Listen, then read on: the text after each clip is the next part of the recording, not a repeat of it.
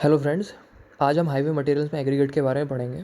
Pavement की सब base और बेस कोर्स लेयर एग्रीगेट से बनती है और ये बहुत इंपॉर्टेंट है कि आपके एग्रीगेट का स्टैंडर्ड अच्छा हो, क्योंकि एग्रीगेट का अच्छा होना आपके पेवमेंट की कंप्रेसिव स्ट्रेंथ को डिसाइड करेगा। और एग्रीगेट की कंप्रेसिव स्ट्रेंथ अगर अच्छी होगी तो लोड ट्रांसफ़र, जो भी व्हील लोड है, वो बहुत अच्छी तरीके से ट्रांसफ़र होगा आपके सबग्रिड पे।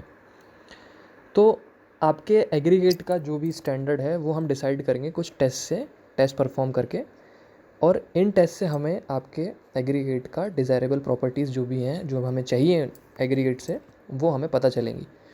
तो सबसे पहली जो डिज़ायरेबल प्रॉपर्टी है वो है स्ट्रेंथ। स्ट्रेंथ का अच्छा होना हमें बताएगा कि आपकी पेमेंट कितनी अच्छी तरीके से व्हील लोड को रेजिस्ट कर रही है। अच्छी स्ट्रेंथ अच्छी तरीके से व्हील लोड को रेजिस्ट करेगी। दूसरी डिज़ायरेबल प्रॉपर्टी है हमारी हार्डनेस। हार्डनेस है रेजिस्टेंस टू स्क्रैच।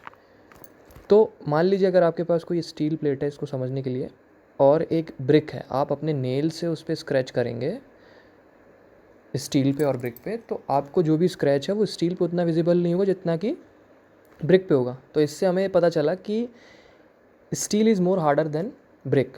तो उसी तरह से पेवमेंट में भी सफिशिएंट हार्डनेस होना बहुत ज़रूरी है। थर्ड जो हमारी डिज़ायरेबल प्रॉपर्टी है वो है टफनेस। टफनेस से हमें पता चलेगा कि हमारा जो भी पेवमेंट है वो इम्पैक्ट लोडिंग को किस तरीके से रेजिस्ट करेगा। टफनेस को अगर हम और अच्छी तरीके से समझें तो टफनेस होता है, मान लीजिए कोई भी मटेरियल है तो उसका रप्चर तक जो भी वो अपनी एनर्जी स्टोर कर रहा है उसको हम उसकी टफनेस कहेंगे। या मान लीजिए रप्चर के पहले पहले तक जो भी एनर्जी वो स्टोर करता है मटेरियल, वो उसकी टफनेस में आता है। तो जितनी अच्छी टफनेस होगी उतना अच्छा इम्पैक्ट को वो रेजिस्ट करेगा। थर्ड जो हमारी डिज़ायरेबल प्रॉपर्टी है वो है ड्यूरेबिलिटी। ड्यूरेबिलिटी हम साउंडनेस से पता करेंगे। साउंडनेस टेस्ट से हमें पता लगेगा कि हमारा पेवमेंट वेदर को, डिफरेंट वेदर कंडीशन में किस तरीके से ओवरकम करेगा। जो भी रेनी सीज़न है, विंटर है, समर है, उसमें हमारा पेवमेंट किस तरीके से विथस्टैंड करेगा, वो हमें ड्यूरेबिलिटी साउंडनेस टेस्ट से पता चलेगा। फिफ्थ जो हमारा डिज़ायरेबल प्रॉपर्टी वो है शेप ऑफ एग्रीगेट। तो शेप ऑफ एग्रीगेट में दो तरह के शेप हैं। राउंडेड एग्रीगेट होंगे या तो एंगुलर होंगे। राउंडेड हैं अगर आपके एग्रीगेट तो आपकी वर्केबिलिटी बहुत अच्छी होगी। एंगुलर में आपकी इंटरलॉकिंग बढ़ जाएगी, एग्रीगेट की इंटरलॉकिंग बढ़ जाएगी, जिससे आपको अच्छी स्टेबिलिटी मिलेगी, अच्छी स्टेबिलिटी मिलेगी। सिक्स्थ जो हमारी प्रॉपर्टी है वो एडेशन विथ बिटुमिन। एग्रीगेट का एडेशन बिटुमिन के साथ बहुत अच्छा होना चाहिए, ताकि एडेशन का अच्छा होना बिटुमिन और एग्रीगेट के बीच बहुत ज़रूरी है, ताकि हमारे एग्रीगेट और बिटुमिन अच्छी तरीके से बाइंड हो। तो सबसे पहली जो डिज़ायरेबल प्रॉपर्टी थी वो हमारी थी स्ट्रेंथ। इस स्ट्रेंथ को पता करने के लिए हम करते हैं क्रशिंग टेस्ट। क्रशिंग टेस्ट में हम क्या करेंगे कि हमारा जो भी एग्रीगेट है, जो कि 12.5 mm की सीव से पास करेगा और 10 mm की सीव पे रिटेन कर जाएगा, इनके बीच में जो भी हमारा एग्रीगेट का साइज़ है वही हमको लेना है। और उसके बाद फिर हम अपने मोल्ड में एग्रीगेट को रखेंगे 3 लेयर्स में। 3 लेयर में हमें इसको, अपने एग्रीगेट को रखना है। उसके बाद उसके 25 टाइम्स उसको टेम्पर करना है। टेम्पर करने के बाद हमें उसमें कंप्रेसिव लोड लगाना है 40 टन, जो कि ग्रेजुअली होगा 4 टन पर मिनट के हिसाब से। जो भी इनिशियल आप एग्रीगेट इसमें डालेंगे उसको हम वेट करेंगे, जो कि W1 है।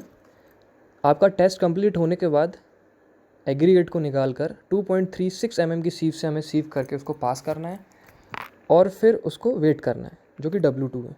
तो एग्रीगेट क्रशिंग वैल्यू है वो W2/W1 × 100, मतलब परसेंटेज जो भी आपका एग्रीगेट 2.36 mm की सीव से पास हुआ है उसको हमें परसेंटेज में शो करना है। और जो भी एग्रीगेट क्रशिंग वैल्यू है वो बेस कोर्स के लिए लेस देन 45% होनी चाहिए और सरफेस कोर्स के लिए लेस देन 30% होनी चाहिए। सेकंड जो हमारा टेस्ट है वो है abrasion test, hardness test, hardness को पता करने के लिए। एग्रीगेट की हार्डनेस को हम एब्रेशन टेस्ट से पता करेंगे। तो जो फर्स्ट टेस्ट है वो है लॉस एंजलिस एब्रेशन टेस्ट। इसमें हम एक सिलेंड्रिकल ड्रम होता है उसमें, जो कि जिसका डाया है 70 सेंटीमीटर और लेंथ है 50 सेंटीमीटर।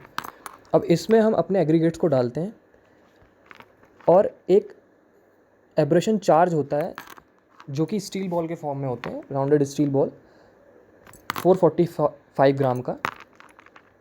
उसको हम एग्रीगेट के साथ चार्ज को इस सिलेंडर में रखते हैं। इस सिलेंडर में अब इस सिलेंडर को हमको रिवॉल्व करना है, रोटेट करना है 30 आरपीएम से 500 से 1000 रिवोल्यूशन। जैसे ही आपके रिवोल्यूशंस कंप्लीट हो जाएं आपको एग्रीगेट को बाहर निकालना है।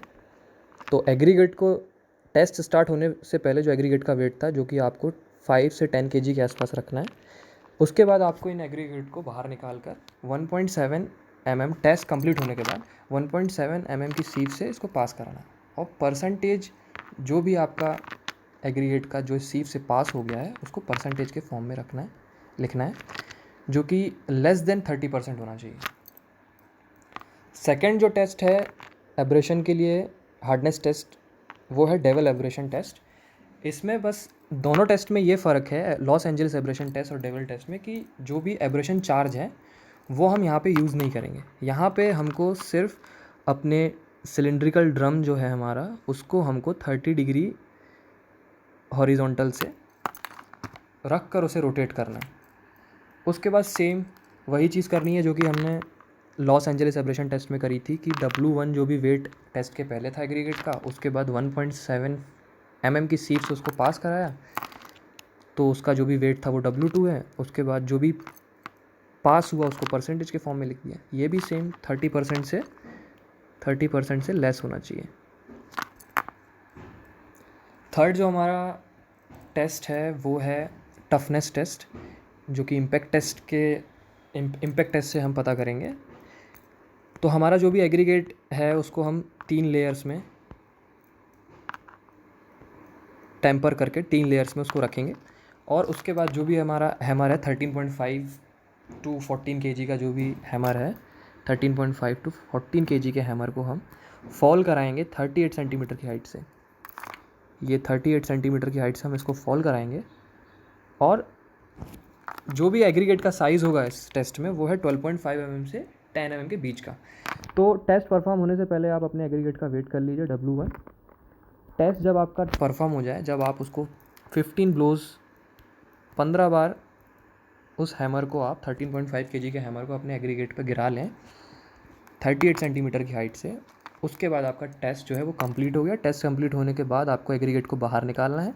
बाहर निकालने के बाद 2.36 mm की सीव से सीव करके उसका वेट करना है। और जो भी सीव के बाद जो भी पास होने वाला एग्रीगेट है उसको परसेंटेज के फॉर्म में लिख देना है, जो कि लेस होना चाहिए 30 से 40%।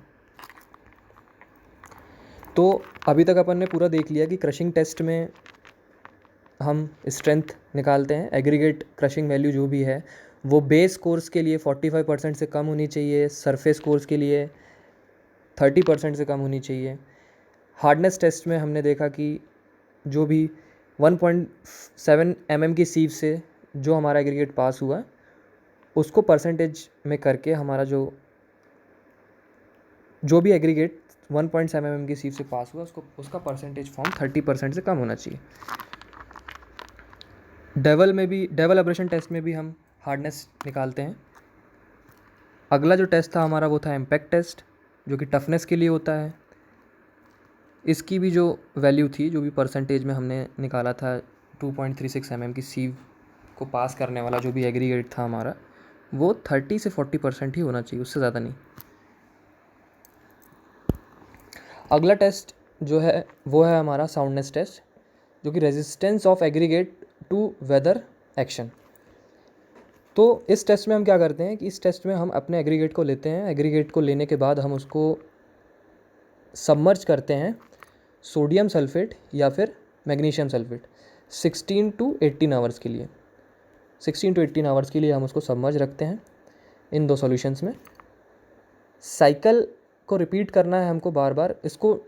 इन एग्रीगेट को सबमर्ज रखने के बाद आपको इसको ड्राई करना है 105 से 110 डिग्री सेल्सियस पे, और इस साइकिल को 5 to 10 टाइम्स आपको रिपीट करना है। मतलब एग्रीगेट को सबमर्ज रखिए, सबमर्ज रखने के बाद उसको ड्राई करिए, ड्राई करने के बाद ऐसा आपको 5 से 10 बार करना है। 5 से 10 बार करने के बाद जो भी लॉस इन वेट होगा आपके एग्रीगेट का, वो 12% से लेस होना चाहिए सोडियम सल्फेट के केस में। जब आप सोडियम सल्फेट को एज अ सॉल्वेंट यूज़ करें तो 12% से कम वेट लॉस होना चाहिए एग्रीगेट का, और मैग्नीशियम सल्फेट के केस में आपका 18% होना चाहिए वेट लॉस, उससे ज़्यादा नहीं। तो ये था साउंडनेस टेस्ट। अब जो हमारा अगला टेस्ट है वो है शेप टेस्ट। तो शेप टेस्ट में हम पता करते हैं फ्लेकी और एलोंगेटेड पार्टिकल का क्वांटिटी, जो कि हमें 15% से कम चाहिए।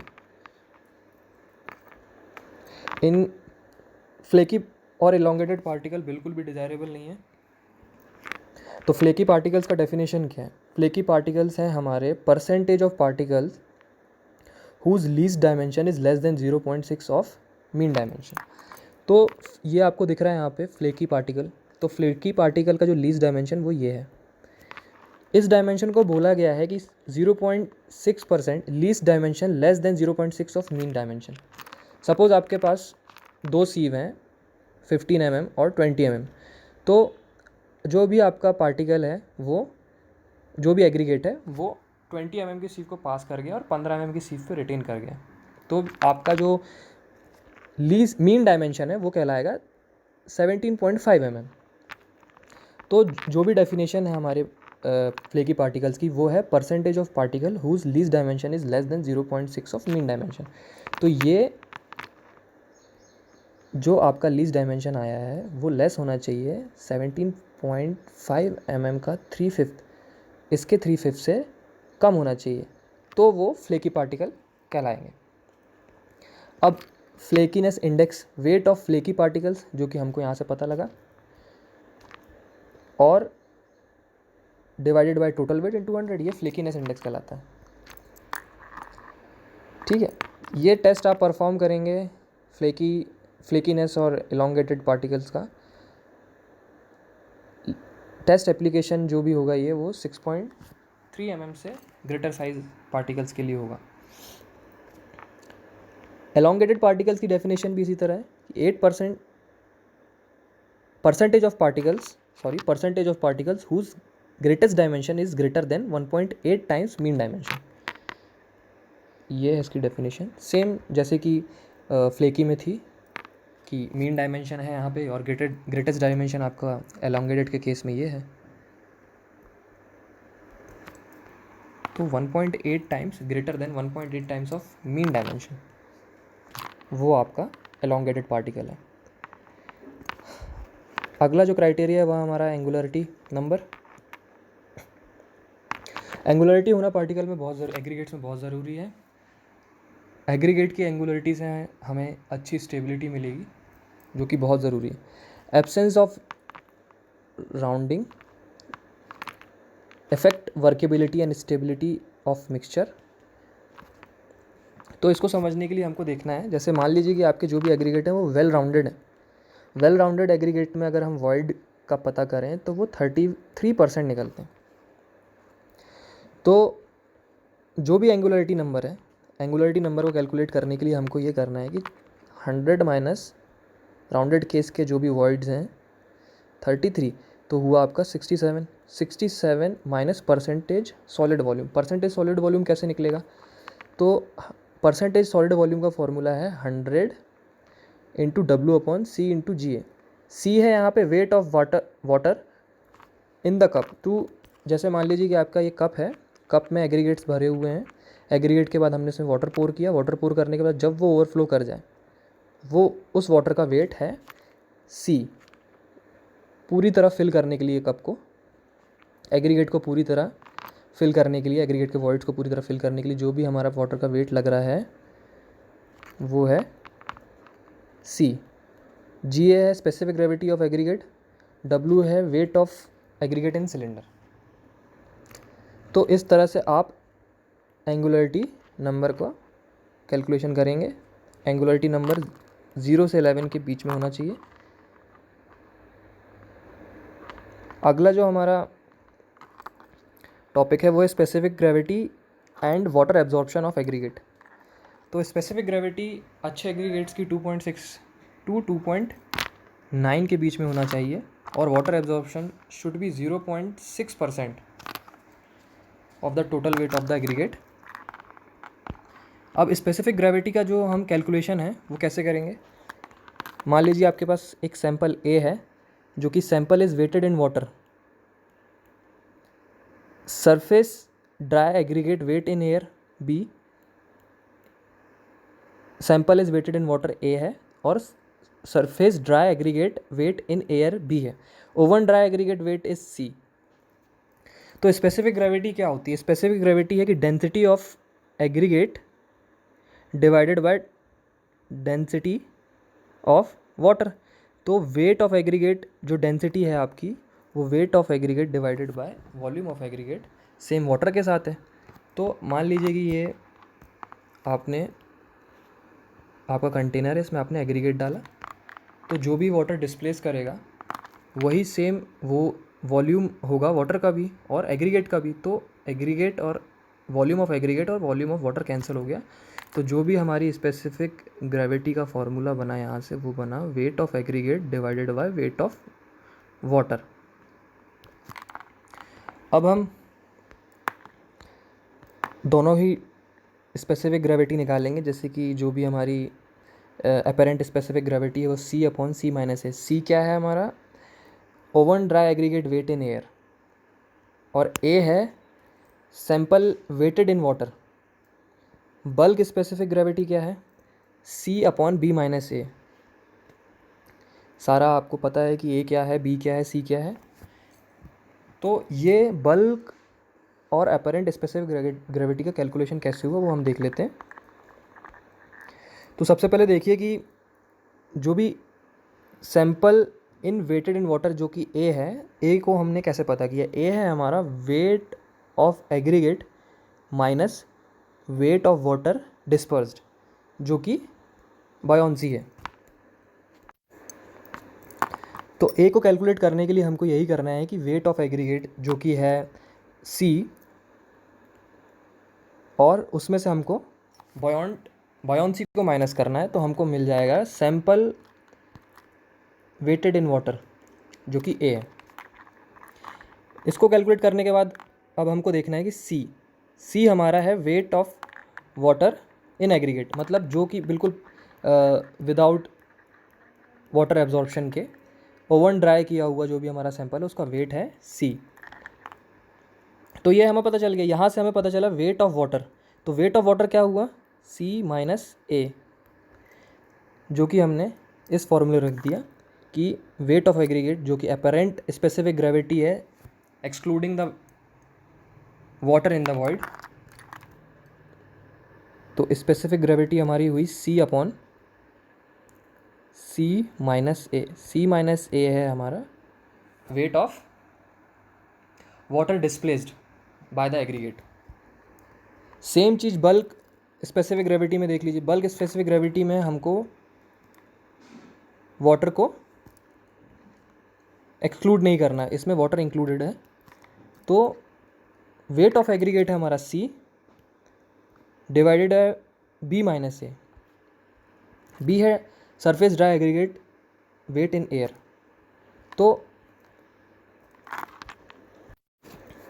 तो यहाँ पर आप जब सरफेस ड्राई एग्रीगेट को वाटर में डालेंगे तो जो भी वाटर वो डिस्प्लेस करेगा वो होगा, उसका वेट होगा B माइनस ए। सेम चीज़ हमने यहाँ कर दी है कि स्पेसिफिक ग्रेविटी के फॉर्मूले में कि weight of aggregate upon weight of water जो कि डिस्प्लेस हुआ है वो, तो B minus A weight of water displaced by the aggregate which are dried aggregate weight in air और C है हमारा dry aggregate weight in oven dry aggregate weight in air. तो यहाँ से हमारी बल्क स्पेसिफिक ग्रेविटी मिल जाएगी और यहाँ से अपेरेंट स्पेसिफिक ग्रेविटी मिल जाएगी। Apparent specific gravity is always greater than bulk specific gravity. अब इसी के बेसिस पे एक न्यूमेरिकल देख लेते हैं। ये न्यूमेरिकल में देखिए आप, the following observation are made while testing aggregate for its suitability in pavement construction. तो mass of oven dry aggregate in air 100 gram, mass of saturated surface aggregate dry aggregate in air 1025 gram, mass of saturated surface dry aggregate in water is equal to 625 gram. तो जैसा कि अभी हमने previously देखा कि specific gravity की calculation में कि जो सी था हमारा वो वेट ऑफ एग्रीगेट था ओवन ड्राई करने के बाद, बी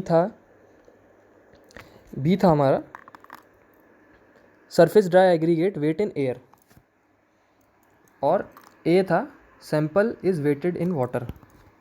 तो जो sample is weighted in water है 625 ग्राम, और बी का जो भी वैल्यू है जो कि saturated surface dry aggregate in air, तो इस तरीके से हमको यहाँ पे कैलकुलेट करना है बल्क स्पेसिफिक ग्रेविटी और वाटर एब्जॉर्प्शन। तो बल्क स्पेसिफिक ग्रेविटी क्या होगी, सी अपॉन बी माइनस ए, सी 1000, बी 1025 माइनस 625, तो बल्क स्पेसिफिक ग्रेविटी आ गई आपकी 2.5। वाटर एब्जॉर्प्शन, वाटर कितना एब्जॉर्ब किया, तो टोटल जो वेट है आपका ओवन ड्राई एग्रीगेट का वो है सी। पानी में डालने के बाद इसका जो वेट हो गया, और हमने जब इसका वेट किया इसको, तो 1025 ग्राम वो निकला। तो सीधा हो गया कि 1025 माइनस 1000, ये हो गया अमाउंट ऑफ वाटर जो कि उसने एब्जॉर्ब किया, divided by weight of aggregate into 1000, ये हो गया आपका 2.5%।